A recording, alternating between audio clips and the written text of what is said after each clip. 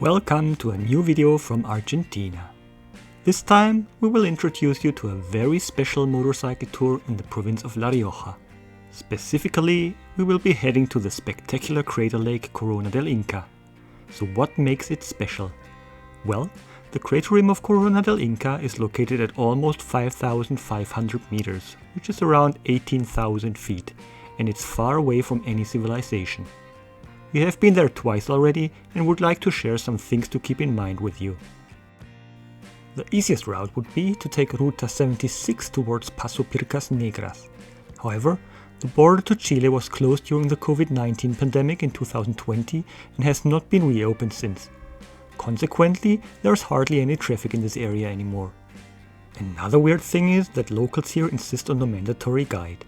More or less, this means that you will likely be stopped in the small village Villa San José de Vincina and won't be allowed to proceed without taking a guided tour. That's quite unusual, as in Argentina typically no one cares about where you roam around in the wilderness.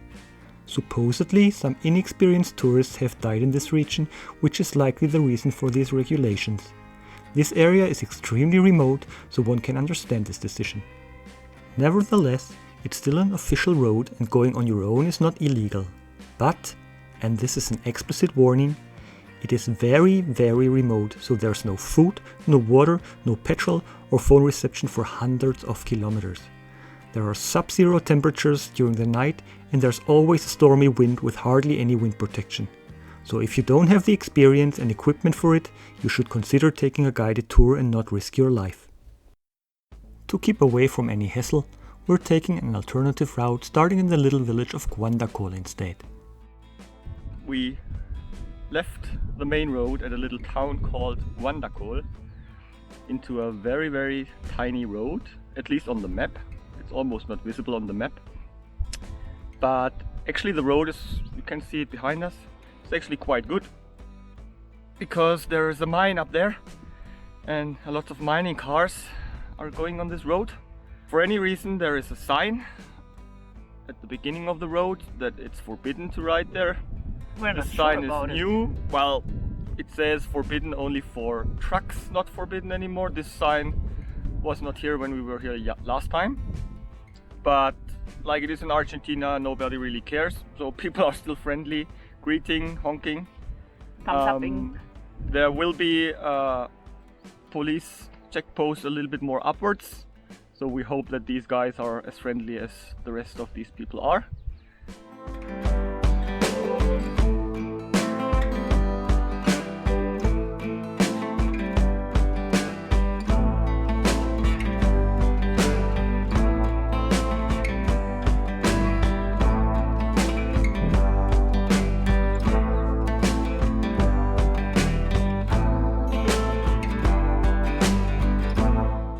At this place we're leaving the good mining road and it starts getting adventurous.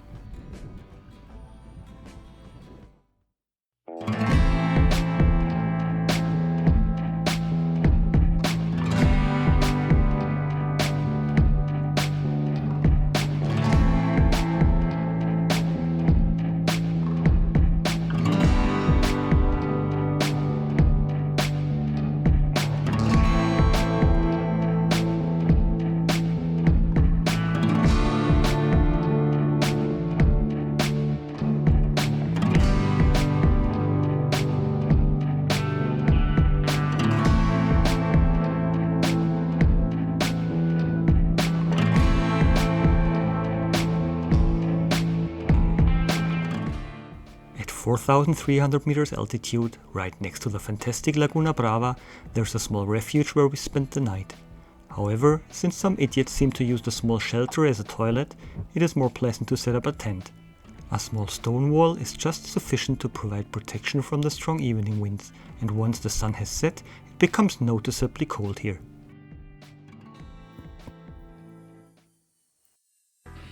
The next morning we follow Ruta 76 for a few kilometers before turning north towards Corona del Inca. From now on, the path steadily ascends and becomes progressively worse until it eventually disappears completely at this point. Even on the maps, there are no tracks marked beyond this point anymore. we have to continue on soft sand, and this is at an altitude of over 5,000 meters.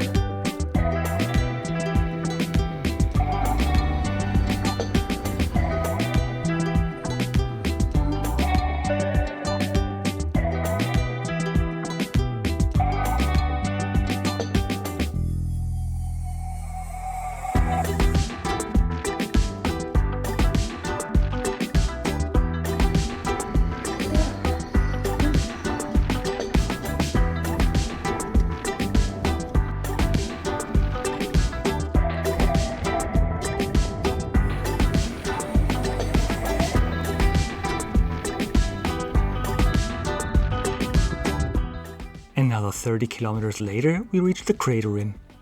Take a look at this breathtaking view, and there's not a single soul around. However, one has to drive back the challenging distance. But before that, we want to reach 5,500 meters. This is achieved on a hill somewhat east of the crater.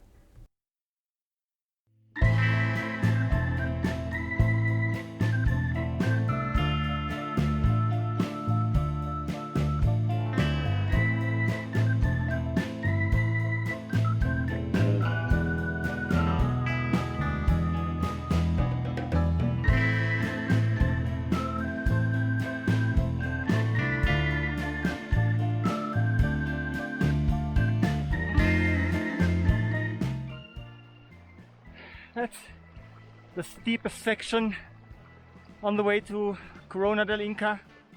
Our small 250cc bikes with all the luggage won't make it, so we probably have to push it. It's also quite rocky, and of course on 5,000 meters there's not lots of oxygen anymore.